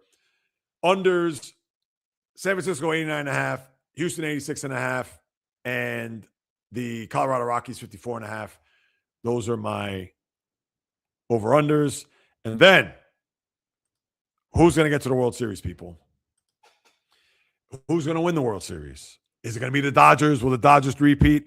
Will the Dodgers be that team that is going to do something that no other National League team? And think about it. When you look at the Big Red Machine, when you look at the, just going back in history here, National League, you could even talk about the Phillies of the late 70s and 80s, even the Dodgers in the 70s, back-to-back World Series, but they lost to the Yankees, as you know. All of that.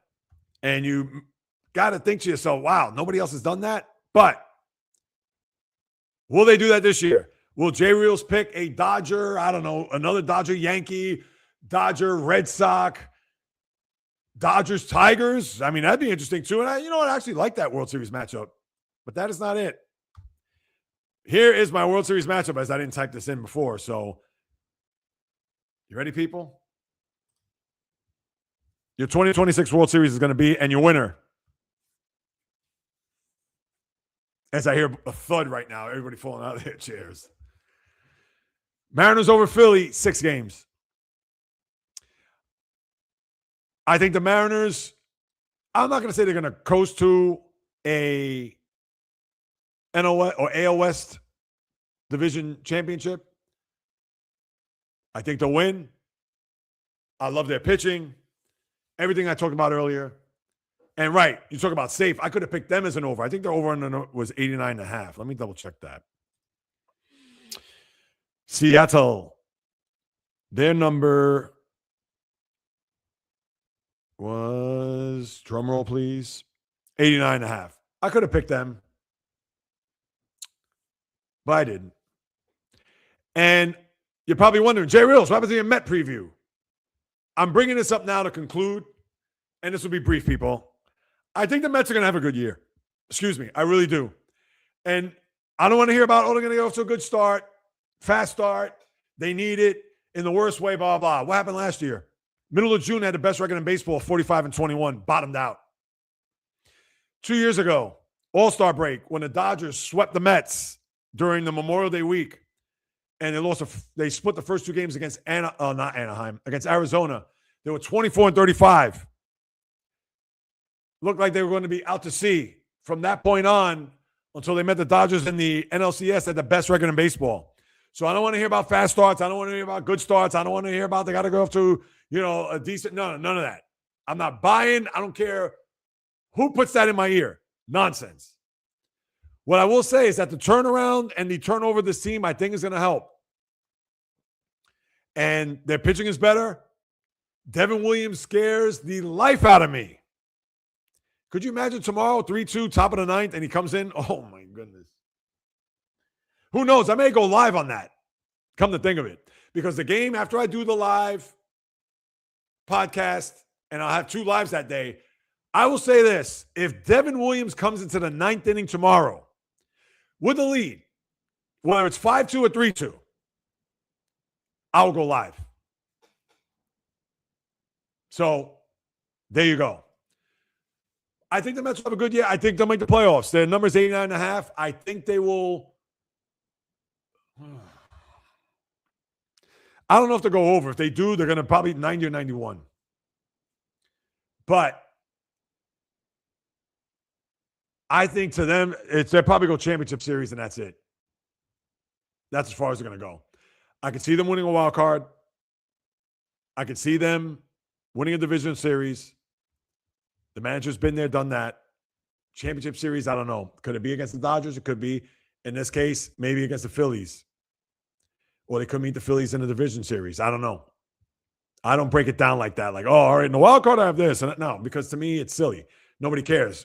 All people want to know about is what is the World Series going to be, in my eyes. And the reason why I didn't pick the Dodgers too, Bio, I know you're probably like, oh, Jay Reels. You probably shut off my live stream. Dodgers are that close to losing twice. And I understand. Listen, I'm not stupid to think that they can't get to a World Series and win it. Come on, seriously? But they had those 2 close calls. Maybe the third time's not the charm. And that's the only reason why I didn't pick them. That's it. But I'm not going to be naive and stupid to think that they can't get to.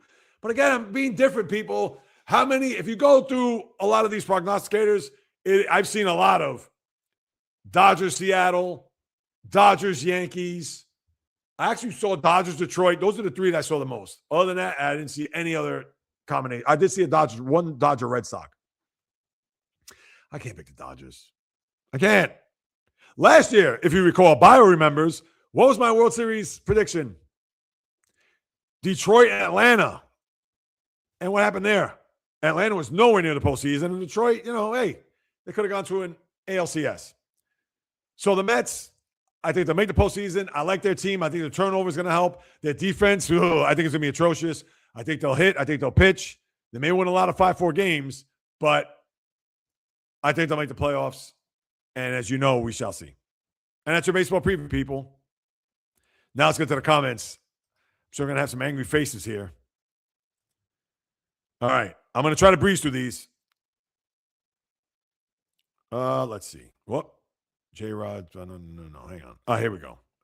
What's a lockout MLB? A lockout, real quick, Val, means that the owners are locking out the players because whatever terms that they want to bring to the table as far as, let's say, a salary cap or certain things that the players union will disagree upon.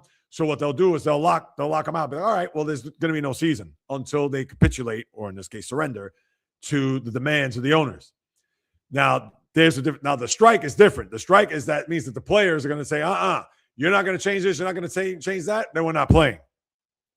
There's a difference between the strike and a lockout. And Val, new CBLC, owners demanding salary cap, they don't get passed. There you go.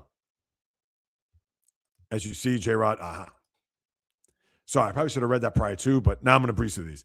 Owners have already said they will strike and lose millions and save billions in the long run. Yeah, which you know what? I'm all for. Enrique, I know Yankees tonight. I'm sure you're, I don't know if you're still with us. I hope you still are. Enrique, but thanks for hopping on board. Dodgers chasing history that will not be denied. Listen, I would not doubt that, Bio. I wouldn't.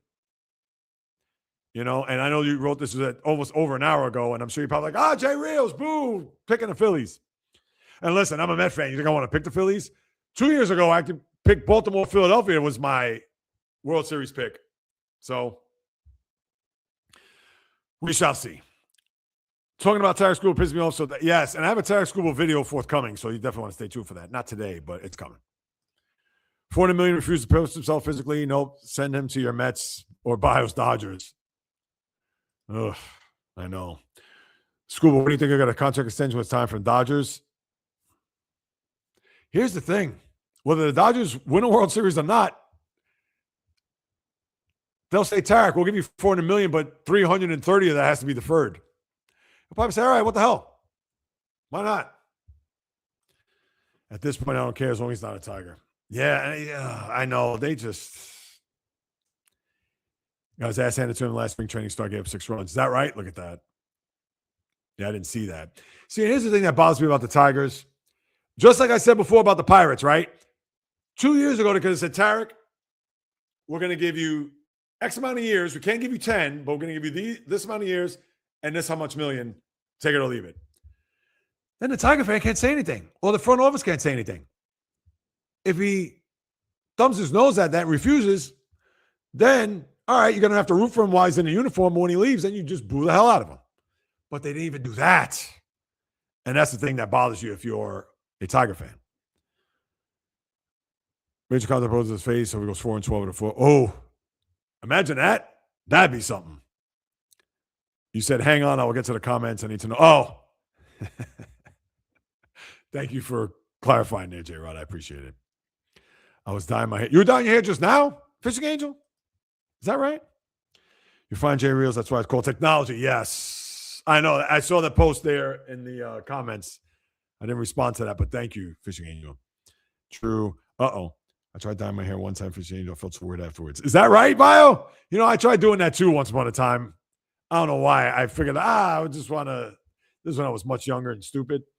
I figured I wanted to do like a complete blonde dye job, and not knowing that there was a process to it, that you have to go step by step and not just get the blonde packet and whatever. And it turned out to be like this auburn color, which was hideous. But that's the extent of my hair dyeing.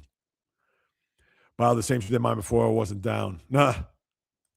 I will only dye my own hair because I don't trust a hairstylist. All right. Makes sense. I'll dye. There you go.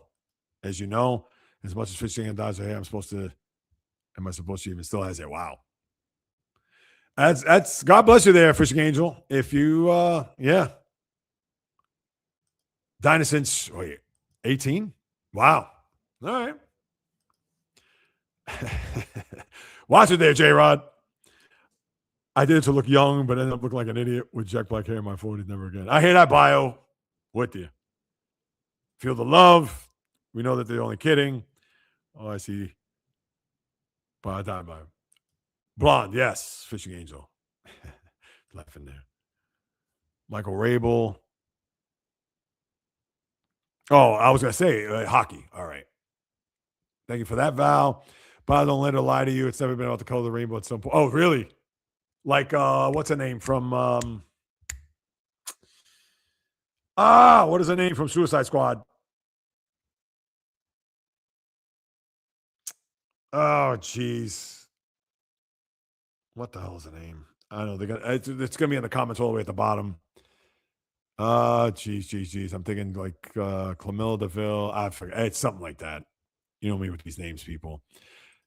Thank you. Matt, what's going on? I hope you're still with us here because you wrote that almost, what? That was almost an hour ago.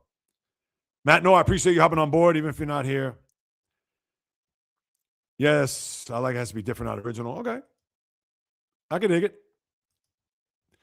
She asks me all the time, what color, babe? I could care less. It's not my hair. I love her the same. If she was, I say the same to my wife. So you know what? I'm with you, J-Rod. We're at Tamura Catholic Wednesday. Yes, Lakers in Indiana tonight. I can't hear on my left ear. It's driving you nuts. Can't hear? Really? You have a hearing issue there, J-Rod? I didn't know that. Tatsuya Mai, maybe a great signing. It's funny, I didn't talk about him, too. I think about Tatsuya Mai, a.k.a. Minnesota Fats, a.k.a. Dad Chips, Everyday Mets. Where's he today? I know the other day he jumped on that live on Monday and he said his leg was healing nicely. So, yeah, that could be. And I didn't mention him. But I don't know. Is a lot expected out of him? Are they going to put a lot of pressure on him to deliver, considering it's Hunter Brown and Christian Javier of the world? But good call on that, Bio. I forgot to mention him. Go to the After Hours Clinic. Excuse me. 120 to 140 would be fine. Yeah. Yeah, I know what you mean with that. Red Wings lost again. Yes, I know. Yeah, that's going to be a crazy race there for that last wild card spot. Yeah, and they also have another Saturday night game. They're playing Philadelphia. I saw that there too. Don't think they're going to make the playoffs? I know. It's going to be dicey. My Islanders too, and they lost last night to the Blackhawks. I'm not sure if the Sharks make the playoffs either. Yeah, I know. They've been Senators both jumped the Red Wings and Islanders. Red Wings. Yep. Yeah, I tell you. Wow, 10 years. I know. Anytime you get, whenever the original 6 teams are not in, and think about this. This year, you're not going to have no Rangers, no Maple Leafs, no Red Wings, no Blackhawks. You're only going to have Montreal and Boston. And Boston is iffy too. You may have 5 of the original 6 not even in the playoffs this year. Wow. Thanks for bringing that up there, J-Rock, because I'm going to talk about that on the podcast tomorrow. Wow. Oh, really? Ugh. Axel, I hope you're still with us, man. What is up? No, we know about that. Greetings, my man. Thank you so much for stopping by. Yes, opening days. I got the Red Sox playing there, too. Hope they make the playoffs. You never know. Yeah, you never know. If they're that close. I can see if they were like 6 or 8 points back, it would really be dicey, but no, they're in the mix. I know, and then we got to talk about that for you guys to come on. Oh, yeah. Val B. I love it. Yeah, I'll talk about that in the back end. Let me get through these comments. I'm at 12:53. I still got to get through, let's see. I'm pretty sure if Fishing Angel don't get on J-Will's live stream, she's going to beat me up. All right. Oh, I was going to say, how about next Wednesday? But next Wednesday is April Fool's Day. So I could say, hey, they're coming on, April Fools. Think about next Wednesday if you guys want to come on. How about that? We'll have a chuckle. No, I'm not violent, baby. Know that. That's good. Of course, joking around. There he is. Our guy. Tanya Hart and Nancy Kerrigan done on Shea Otani. I love it. AKA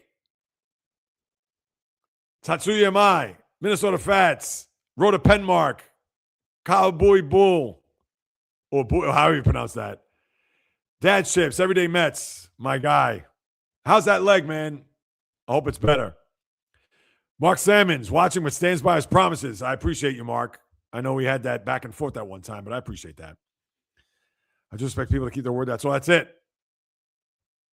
I try, Val. I try. And listen, April 1st, so I put it out there. There's that 101 when you – so as I scroll down, we'll see. Mark Samuels, you check out Eric Davidson with the All the Smoke one? I saw bits and pieces. I'd actually like to watch that. Not saying where. I've said it. But, yeah, I'm sure it's that one where Darryl got brought up. I have not watched that Strawberry one on that platform or the Eric Davis one because I hate to say this. I actually do like Matt Barnes and Steven Jackson. I do. So let me preface it by saying that. But come on. If I had Eric Davis and Darryl Strawberry in front of me right now, I don't need to go to an iPad. And I'm not trying to brag. I'm not trying to boast or any of that. Watching those guys play were in my wheelhouse. Mid to late 80s. Come on. I was 17 to, let's say, in the teeth of their careers. I mean, Darryl, I was 14 when he first came up. But I know their careers like the back of my hand. I don't need to go to, was Marge Shaw a racist? And I didn't watch the interview. But, I mean, come on.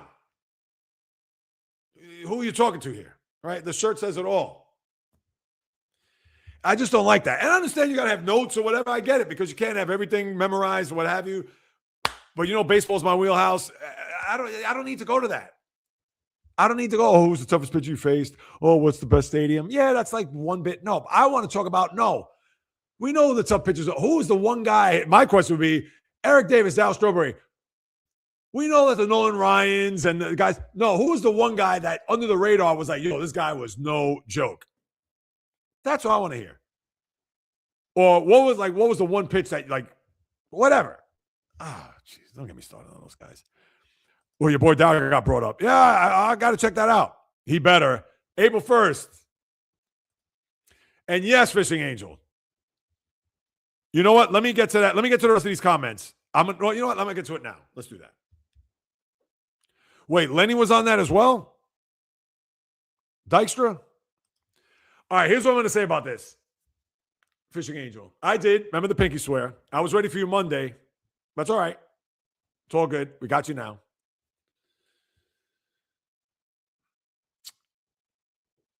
I've listened to about 6 of his songs, and I'm saying it's a long catalog, so I wasn't going to say everyone, but I chose.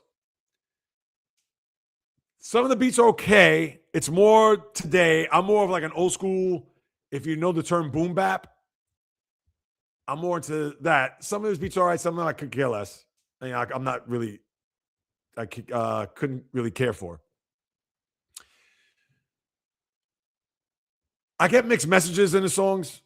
One song he talks about equality, but then another one he talks about he's raking people over the coals. So I'm like, all right, so is the equality yes in one song?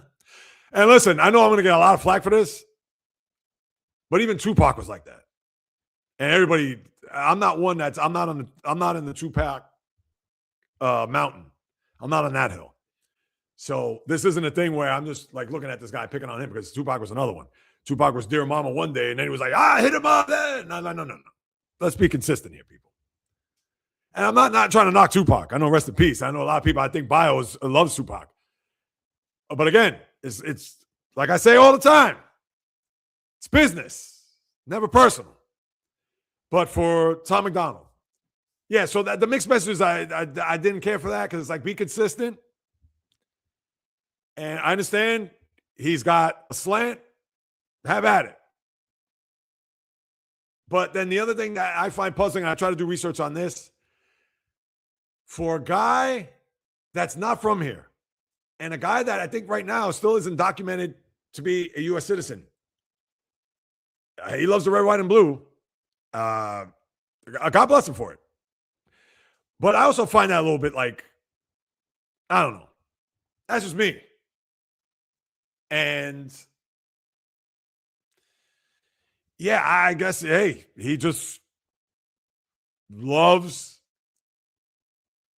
a particular faction. I won't say party, whatever.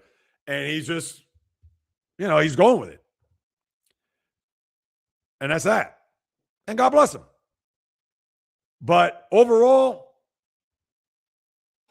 it doesn't do much for me, though. I'm just being honest. It doesn't do much. I can expound on that more, but I know I got to get to the rest of the comments, etc. Yes. And the ace, let's go Logan Webb tonight. Tough season, I'll rep my map. Yeah, no matter what, I hear that. Jung Hung Lee, yes, isn't. Yes, it is. He plays center field. Funny fact, Kevin Mitchell was also discussed. Who am I? Is that supposed to be who I'm? Yeah, funny fact, Kevin Mitchell was also discussed. Who am I? 3 guesses. Gave you 8 days to think on it. Wait, are you referring to the Eric Davis interview? Referring to Darryl Strawberry? What are you referring to? All right, so I'll scroll up and see because I need to. North Carolina's next head coach is. I think it should be. And I haven't heard his name. Now, I haven't watched a lot on TV or read or whatever. Why not Jerry Stackhouse? Carolina guy. He's actually been a decent coach where he's gone as an assistant. And I forgot where he's now. Why not him? You want to keep it in the family. But that'd be my guess. Or that'd be my choice. As far as who, I don't know. I couldn't even tell you. Seeing Dusty May's name in that hat, I don't like it. Oh, yeah, Dusty May.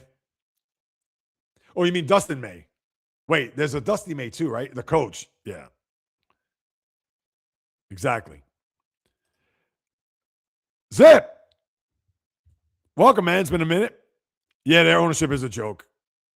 Hold on. I gave you insight to a pretty good interview. Oh, you gave me insight to a pretty good interview, Cincinnati related. Yeah, if you're talking about the one, because you said you won't name who, but then I named it, if you're referring to that, and I haven't watched the interview, because if I watched it, I would tell you, but yeah, I need more. And I'll scroll back and say, because you said Eric Davis was on in particular, right, and he said stuff about Darryl. And then you mentioned about Kevin Mitchell, who am I? And then you said Lenny, you didn't say Dykstra. But, yeah, if you're talking about all the smoke, I haven't watched that interview, so I don't know. And I'm being honest.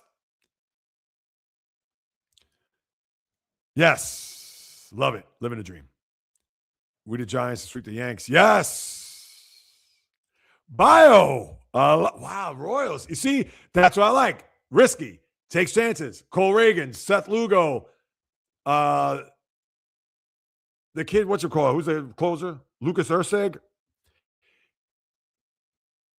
I like that. And they have a decent offense. Why not? You kind of admitted Kevin Mitchell was underrated. Yeah, last week we talked about that. Yeah, you asked me who was better, Kevin Mitchell, Darryl Strawberry. I know Mitchell won the MVP. Mitchell was a gamer, though, but Was he better than Strawberry?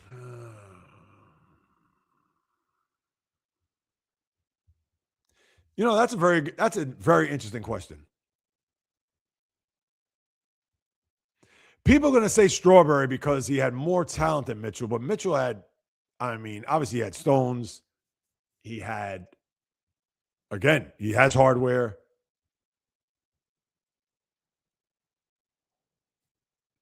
Yeah, I'm not going to sit here and say Strawberry. Mitchell was a guy who played all over the infield. He played third base. He played the outfield, more so the outfield in San Francisco. But, yeah, Mitchell was underrated. He was a very good player. But I'm still trying to get at what you're saying there with the interview and questions and all that. Dodgers Tigers World Series. Scuba gets his ass handed to him by the Dodgers and ends up. Hey, there you go. Bio knows. Yes. The lefty. Not worried. Oh, yeah. It's definitely going to be interesting to see. For sure. 6 load of laundry. Wow. That's it. Fishing Angel. Gotta have faith. This dude is legit. Nothing can faze him. Uncle Charlie. That's a good one. I like that. I'm going with Cincinnati Reds. What, to go to the World Series? Michael Jack Schmidt. That's right. Great friend of Pete Rose. Oh, you trying to give me all these clues here? Is that what it is? My fan art wants Mets Yanks. So Mets. Oh, God. If that happens, forget it. Oh, imagine that. So you're picking Dodgers Orioles. I like that's a good one there, Zip. Oh, yeah. If it's Mets Yanks, oh, my God. Yeah, I didn't want to know that. I already lifted one of those. Mets good, agreed. All right. Tigers all the way, best team in baseball. Here we go. Did you see? I did not see that. Uh-oh. Just another YouTube Buster posing. Buster posting? What's my name? I'll give you one. I'm not Walter White. I don't know these references, Mark. They're funny.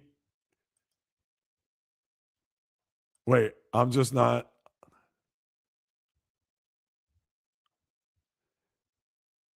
I don't know. Not Walter White. And listen, if it was just you and I could just, but I'm trying to go through comments and all that. So yeah, I'm still trying to figure it out.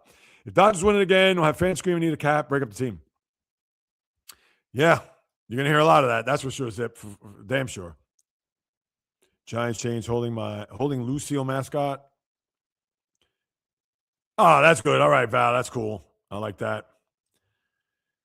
Giants beat Yankees. I know Jay Rose. Oh, that's an understatement. Doubt it. Prove won't respond on my promise after already discount. Another Walter White phrase I won. You see, I don't. And the thing is, I got news for you. I know who Walter White is, but I've never watched 1 nanosecond of Breaking Bad. Never. So yeah, I don't know what you're referring to. Prove won't respond on my promise after already discount. I don't know what this means. Dolphins signing Ronnie Harrison. All right. Rams are re-signing Ronnie. Okay. Yes, Bio. Thank you for that. God. I'm probably frustrating Mark to no end here. Yes, I did see that. Pete Crow Armstrong. I didn't mention that in the Cub preview, but yeah, because of course you talk about when I mentioned Dansby Swanson and Ian Happ, and of course, can't forget him. Good channel, though. Are you referring to mine or someone else's? If you're referring to someone else's, that's okay, but I don't know. Maybe this is all part of this puzzle that I'm trying to put together.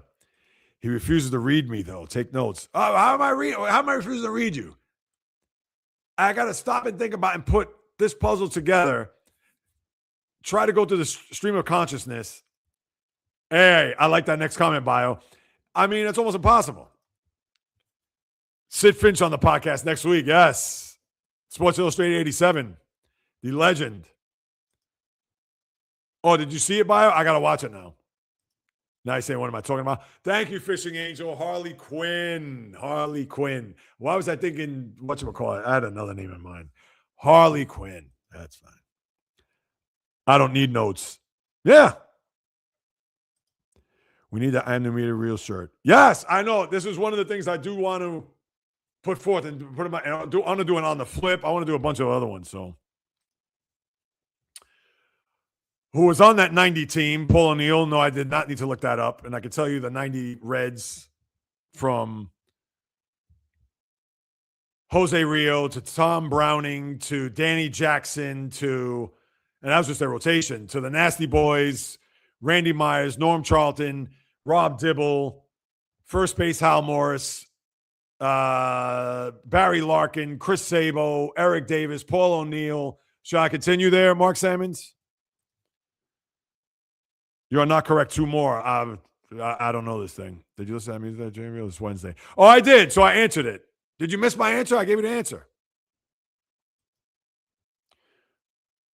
Dow Story was good. He wasn't great. No, Dow Story was very good. I don't know. I don't know. You're mixing me up here. Yeah, the Strawberry Mitchell. Listen, I got to go back and listen. What was that, last week or 2 weeks ago? Next Wednesday sounds good. All right. I'll let J-Rod know what time. Yes. I know. I had Dustin May, the pitcher, but Dusty May you're referring to. Yeah, I can see that. I watched it. It is obvious. You said Eric Davis interview. All right. Let me think about that. Yes, from Citi Field. I know. I wish I could be there live tomorrow, but I got this podcast. But I'll get out there. He even mentioned Marge. You said I watched an Eric Davis interview. I won't say who. I'm putting it together because the only reason. Anyway. Yes, next Wednesday. You got it. This guy should definitely get into politics. Why? Because I'm flim-flamming? I don't know.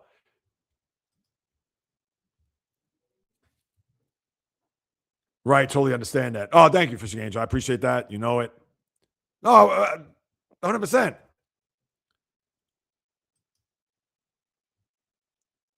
Oh, on mine.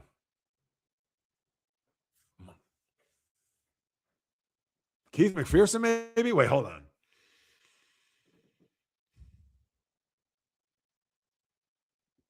All right, now I gotta think about that, Mark, because it's not coming off the top of my head right now. And I'm not saying that to blow smoke or whatever.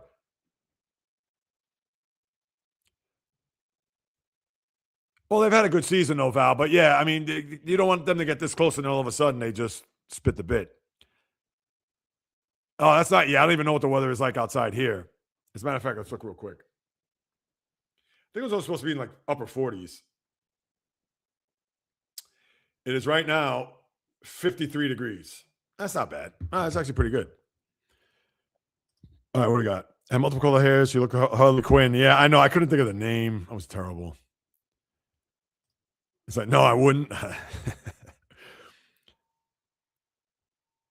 No, Hal Morris. Look it up.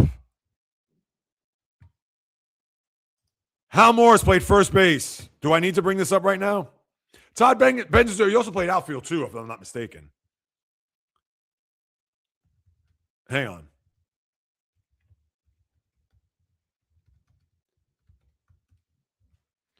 Hang on. Well, if Benzinger made the first base, that's fine, but Hal Morris also played first base. What was that? Hold on, box score.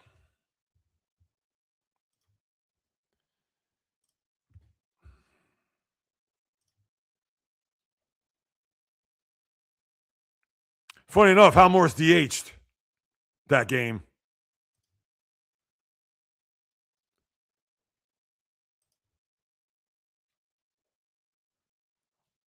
He actually DH'd the whole series. No, wait, let's go to the games. Hold on. Stand by.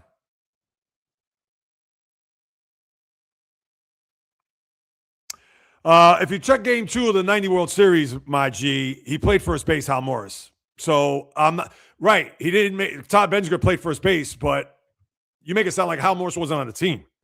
So I was not wrong.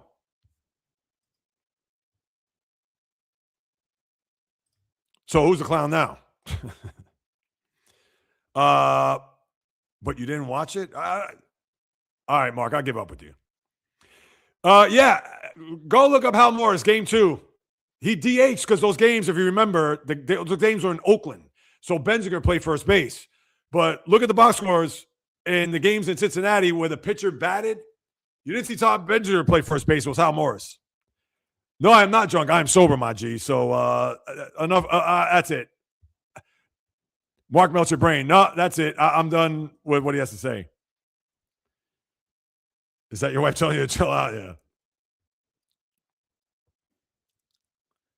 All right. Not wrong, Mark. You're right about him playing first base and getting the last catch, but Hal Morris played first base for that team. And in fact, let me pull that up again. The Todd Benzinger was even in the lineup. Todd Benzinger, yeah, actually came in late in the game as first base in game 2, as I'm looking at it right now. And in game 1, if you remember, Eric Davis hit the 2-run home off of, excuse me, I can't even speak right now, off of Dave Stewart. Remember like it was yesterday. And by the way, Hal Morris in 4 at-bats got 1 hit, and Todd Benzinger was relegated to a pinch hit appearance in that game. So you know what? I'm not wrong. Ha! And look at this. Yeah, he played the whole series. He pinched hit game 1. He subbed for Hal Morris in game 2, and then was at first base in the other 2 games where Hal Morris was a DH. Get your facts straight, my guy. No, I'm not kidding. I just looked it up. So that's it. Mark gets cut off. The troller gets smacked. What's his bio?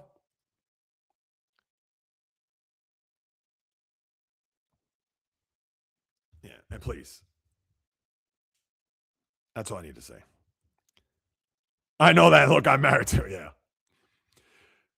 Thank you, bio. And yes, he was with the Dodgers as well, Todd Benzinger. I do recall.